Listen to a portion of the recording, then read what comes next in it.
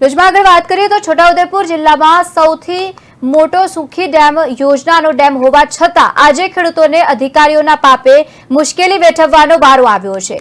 Minor canal અતિશય જર્જરિત બની ગઈ છે। કેટલીક જગ્યાઓ પર ગાબડા પડી ગયા છે તો કેટલીક જગ્યાઓ પર સ્પાઇસન તૂટી જતા પુષ્કળ પ્રમાણમાં પાણીનો વેડફાટ થઈ રહ્યું છે અને પાણીનો નાશ થતા ખેડૂતો પણ હેરાન પરેશાન થયા છે, કારણ કે એ પાણી ખેડૂતોના ખેતરોમાં આવી ઘૂસ્યું છે અને તેની સાથે જ વર્ષોથી અધિકારીઓની બેદરકારીનો ભોગ ખેડૂતો બની રહ્યા છે।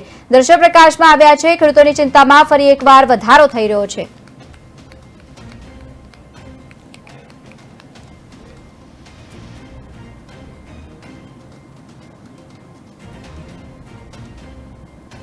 ચોમાહાની ખેતી કઈ અમને મળી નહીં, પાણી ભરાયેલે ચોમાહાની ખેતી નહીં મળી। હવે શિયાળુ ખેતીમાં ખેડીને તૈયાર કરી નાખ્યું, બિયારણ લઈ આવ્યા અને પાણી ભરાઈ ગયું।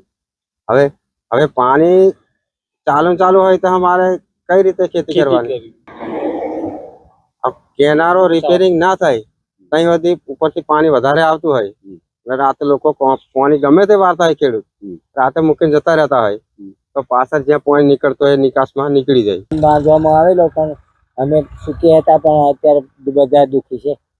કેમ કે શિયાળુ પાકે નિષ્ફળ ગયો અને અત્યારે ચોમાસાનો પાકે નિષ્ફળ ગયો। કેનાલો સાફ કરતા નથી ને અમારી માંગણી કોઈ દેખું તો જોઈએ ને, કેનાલ કઈ તૂટેલો છે કે ચોમાહાની ખેતી કઈ અમને મળી નહીં।